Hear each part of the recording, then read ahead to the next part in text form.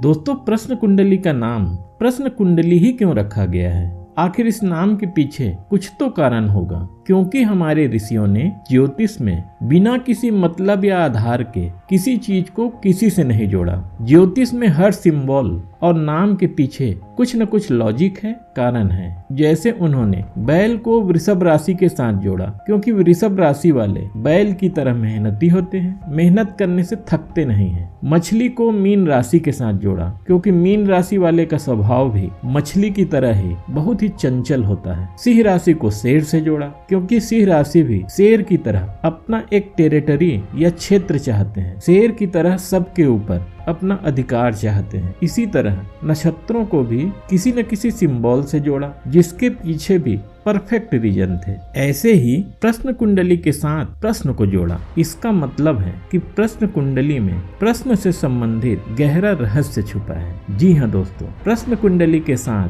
प्रश्न इसलिए जोड़ा गया है क्योंकि ये कुंडली प्रश्नों के जवाब देने के लिए बनी है। प्रश्न कुंडली ज्योतिष की एक ऐसी शाखा है जिसमें किसी भी प्रश्न का जवाब तुरंत निकलता है। देखिए, जन्म कुंडली एक बड़ी लॉरी है। लॉरी का इस्तेमाल आप शॉपिंग जाने के लिए, पतली गलियों में जाने के लिए या पगडंडियों में जाने के लिए नहीं करते। उसके लिए आप बाइक या छोटी गाड़ियों जैसे मशीनरी का इस्तेमाल करते हो। लॉरी का इस्तेमाल आप माल ढुलाई जैसे बड़े कामों के लिए करते हो। प्रश्न कुंडली ही वो छोटी मशीनरी है जिसका निर्माण हमारे ऋषियों ने छोटे छोटे सवाल जो हमारे मन में रोज उठते हैं उसका जवाब जानने के लिए किया। रोजमर्रा के जीवन में हमारे पास अनेक सवाल होते हैं, जैसे मोबाइल खो गया, मिलेगी कि नहीं? पैसे फंसे हैं, मांगने जा रहा हूँ, मिलेगा कि नहीं? इस साल मकान बनेगा कि नहीं? नौकरी बदलना है, बदलूं कि नहीं? ऐसे ही सवालों के जवाब के लिए प्रश्न कुंडली का निर्माण हुआ है। ये सब सवाल ऐसे हैं जिनका जवाब जन्म कुंडली से नहीं निकाल सकते। और भी बहुत से ऐसे सवाल हैं जिनका जिक्र मैं पिछले 2 वीडियो में कर चुका हूँ, उसको मैं यहाँ दोहराऊंगा नहीं। अब हम यहाँ आगे की बात करेंगे। पिछले 2 वीडियो में हमने प्रश्न कुंडली बनता कैसे है, प्रश्न कुंडली कब बनाना चाहिए और कब नहीं बनाना चाहिए, प्रश्न कुंडली का सिद्धांत क्या है और क्यों इससे सटीक रिजल्ट निकलते हैं, और प्रश्न कुंडली देखते कैसे हैं और उसके देखने की विधि को स्टेप बाय स्टेप जानना शुरू किया है। अगर आप प्रश्न कुंडली देखना चाहते हैं तो वो 2 वीडियो चाहे तो आप देख सकते हैं। इस वीडियो में आज हम पिछले वीडियो से आगे की बात करेंगे। पिछले वीडियो में प्रश्न कुंडली देखने के जो पहले 2 स्टेप हैं, जहां से प्रश्न कुंडली देखने की प्रक्रिया शुरू होती है, उसकी बात की है, और उसके बाद 3 गोल्डन नियमों की बात की है जिसमें काम होंगे ही की स्थिति बनती है। प्रश्न कुंडली में बनने वाली ऐसी 3 स्थितियों की बात की है जो प्रश्न कुंडली में अगर बन जाए तो पूछे गए प्रश्न से संबंधित सफलता मिलती ही मिलती है। किसी ने पूछा है शादी होगी कि नहीं, तो जवाब होगा हो जाएगी। मकान बनेगा कि नहीं, तो जवाब होगा बन जाएगा।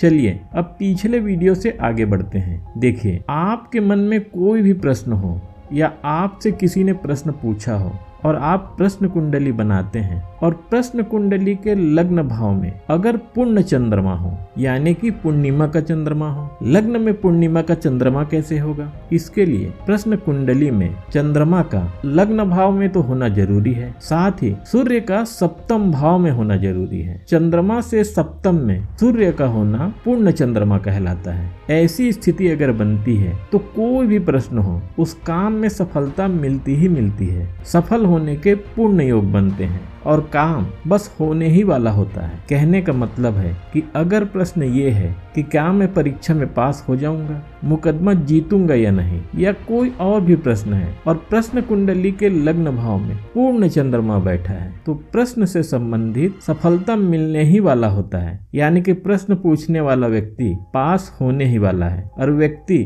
बस मुकदमा जीतने ही वाला है। प्रश्न कुंडली में चंद्रमा का सबसे अधिक महत्व है, क्योंकि चंद्रमा ही मन है। चंद्रमा के जैसे ही गुरु और शुक्र को भी महत्व दिया गया है। गुरु और शुक्र की दृष्टि लग्न भाव में या फिर 11वें भाव में एक साथ पड़े, ध्यान दीजिए, दोनों की दृष्टि एक साथ पड़े तो भी रिजल्ट लग्न में पूर्ण चंद्रमा के समान ही होता है। यानी कि गुरु और शुक्र एक साथ प्रश्न कुंडली के लग्न भाव को देख रहे हो या 11वें भाव को देख रहे हो तो सवाल चाहे जो भी हो उसमें सफलता मिलती ही मिलती है। आप चंद्रमा और गुरु शुक्र के इस सूत्र को अच्छे से याद कर लीजिए। अगर प्रश्न कुंडली में इस तरह की स्थिति बनती है तो सवाल चाहे जो भी हो वो काम होने के बहुत करीब होता है। इस सूत्र को और पहले भी जो नियम बताए हैं और स्टेप बताए हैं उन नियमों को प्रश्न कुंडली पर लगाइए और किस तरह के रिजल्ट मिले मुझे कमेंट बॉक्स में कमेंट करके जरूर बताइएगा।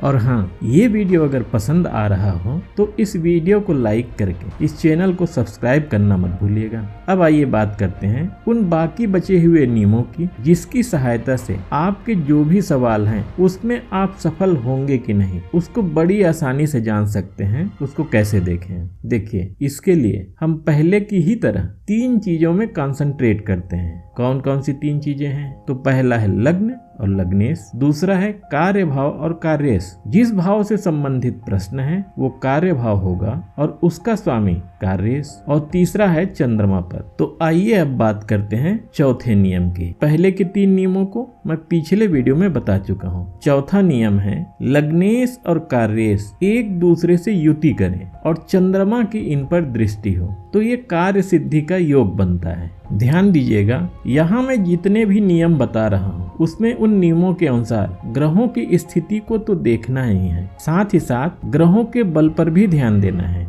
बताए गए नियम के अनुसार प्रश्न कुंडली में ग्रहों की स्थिति बन रही है और ग्रह बली भी हैं, यानी कि लग्नेश, कार्येश, चंद्रमा, गुरु और शुक्र बली भी हैं। प्रश्न कुंडली में तो कार्य बहुत जल्दी और आसानी से होते हैं और कुंडली में ग्रहों की स्थिति नियमों के अनुसार तो बन रही है, लेकिन लग्नेश और कार्येश निर्बल है, अस्त है, चंद्रमा भी कमजोर है, अस्त है, तो कार्य तो हो जाते हैं लेकिन वो काम मेहनत के बाद होते हैं, रुकावटें आने की भी संभावना होती है। कहने का मतलब है काम तो होगा, काम होने में कोई दिक्कत नहीं, लेकिन आसानी और सरलता से नहीं होगा। अब बात करते हैं कि ग्रह बली कब कब होते हैं। तो सबसे पहले प्रत्येक ग्रह अपने वार में बली होता है, यानी कि प्रश्न अगर मंगलवार को पूछा गया है तो उस दिन मंगल बली होता है, बुधवार को प्रश्न पूछा गया है तो उस दिन बुध ग्रह बलवान होता है। ऐसे ही सभी ग्रहों के अपने वार होते हैं, ग्रह अपने वार के दिन बली होते हैं।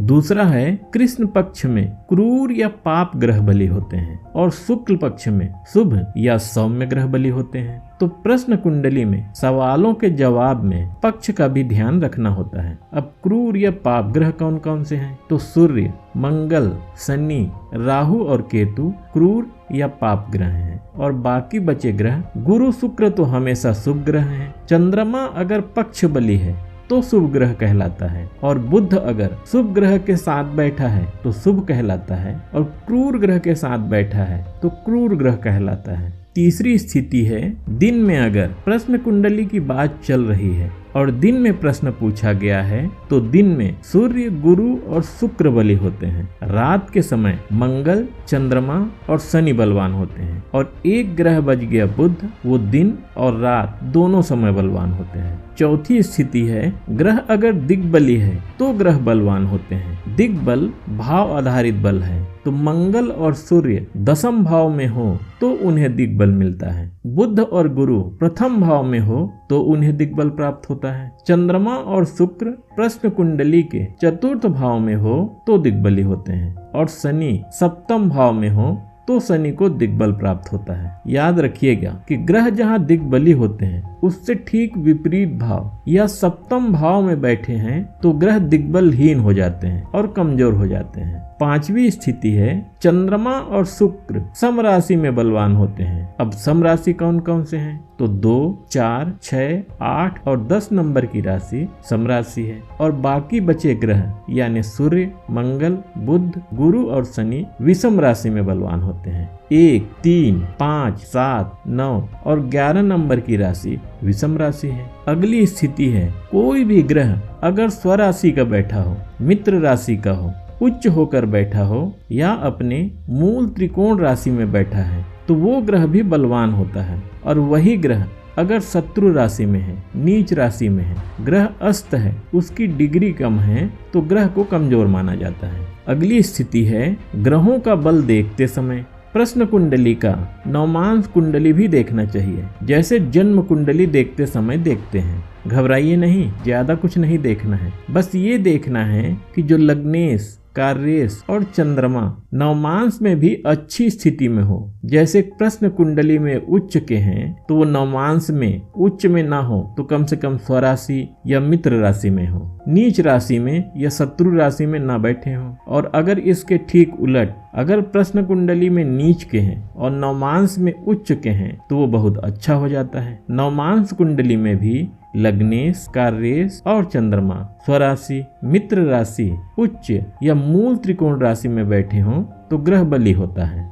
अब ये हो गया ग्रहों के बल देखने का तरीका। अब आइए पांचवें नियम की बात करते हैं। पांचवा नियम है लग्नेश लग्न भाव में हो और कार्येश कार्य भाव में हो और इनमें से किसी एक पर चंद्रमा की दृष्टि हो तो ये कार्य सिद्धि का पूर्ण योग बनता है। जैसे इस कुंडली में देखिए, इसमें प्रश्न पूछा गया था मेरी नौकरी लगेगी कि नहीं। ये कुंडली है वृश्चिक लग्न की, लग्न भाव में मंगल बैठा है, यानी कि लग्नेश लग्न भाव में बैठा है और दशम भाव जो कि कार्य भाव बनता है उसमें दशम का स्वामी सूर्य बैठा है।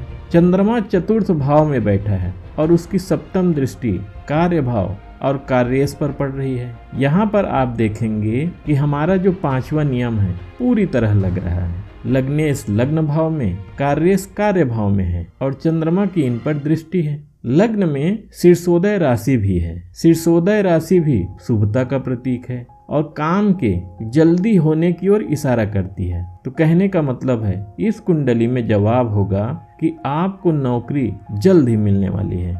अब आइए बात करते हैं छठे नियम की। छठा नियम पांचवें नियम से ठीक उल्टा है, यानी लग्नेश कार्य भाव में हो और कार्य भाव का स्वामी यानी कार्येश लग्न भाव में विराजित हो और इनमें से किसी एक पर चंद्रमा की दृष्टि हो तो कार्य सिद्धि का पुण्य योग बनता है।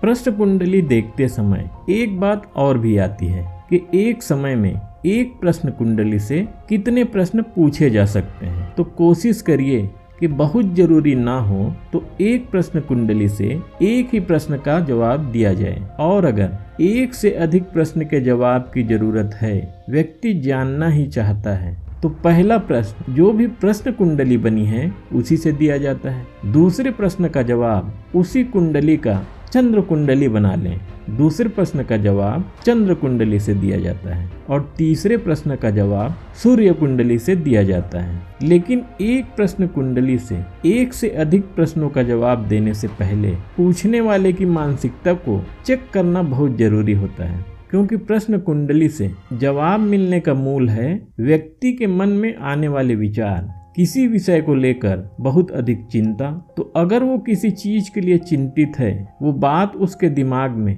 कई दिनों से घूम रहा है, उसका प्रश्न उसके लिए वाकई जरूरी है, तब तो वो उसके बारे में सोच रहा होगा, चिंतित होगा। ऐसी स्थिति में तो उसका जवाब सही मिलेगा। और अगर वह इसलिए जानना चाह रहा है कि एक सवाल वो पूछ लिया, चलो अब आए हैं या पूछ ही रहे हैं तो एक दो सवाल इधर उधर के भी पूछ लिया जाए। अगर पूछने या जानने वाले की मानसिकता ऐसी है तो ध्यान रखिएगा, प्रश्न कुंडली से ऐसे सवालों के सही जवाब बिल्कुल भी नहीं मिलेंगे। और क्यों नहीं मिलेंगे, इसके बारे में हमने अपने पहले वीडियो में बहुत बात की है, चाहे तो आप वो वीडियो देख सकते हैं। प्रश्न कुंडली से तो ये भी जाना जा सकता है कि प्रश्न पूछने वाला सही में जरूरी सवाल कर रहा है या सिर्फ टेस्टिंग के लिए पूछ रहा है कि इससे जवाब निकलते हैं या नहीं। यहाँ तक कि आप प्रश्न कुंडली बनते ही आप खुद ही जान सकते हैं कि किस विषय से संबंधित सवाल व्यक्ति पूछेगा, या ये यूं ही टाइम खराब करने के लिए सवाल पूछ रहा है। जैसे एक योग है कि प्रश्न कुंडली के लग्न भाव में चंद्रमा हो, शनि केंद्र भाव में कहीं पर बैठा हो, बुध सूर्य से अस्त हो और मंगल की दृष्टि लग्न और चंद्रमा पर हो, तो समझ जाइए कि प्रश्न पूछने वाला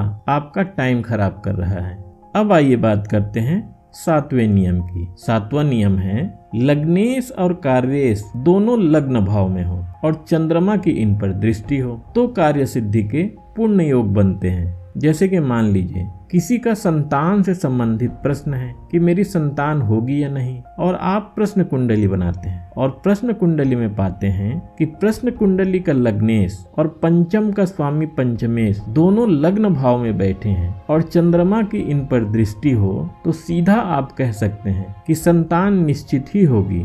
अब जल्द होगी या देर से होगी, तो इसके लिए आपको देखना होगा कि लग्नेश, चंद्रमा और कार्येश बली कितने हैं, इन पर शुभ ग्रह की दृष्टि है या नहीं, और अगर सब बली हैं, अच्छी स्थिति में है, तो संतान बहुत जल्द होगी, और ग्रह कमजोर होंगे तो संतान होगी जरूर, लेकिन थोड़ी देरी से या रुकावट के साथ। अब आइए बात करते हैं 8वें और अंतिम नियम की। 8वां नियम है लग्नेश और कार्येश दोनों कार्य भाव में हो तो कार्य सिद्धि के पुण्य योग बनते हैं। लगभग 7वें नियम की तरह ही है। उसमें लग्नेश और कार्येश लग्न भाव में थे, इसमें लग्नेश और कार्येश कार्य भाव में है। चंद्रमा की दृष्टि दोनों में या कहिए सभी नियम में जरूरी है।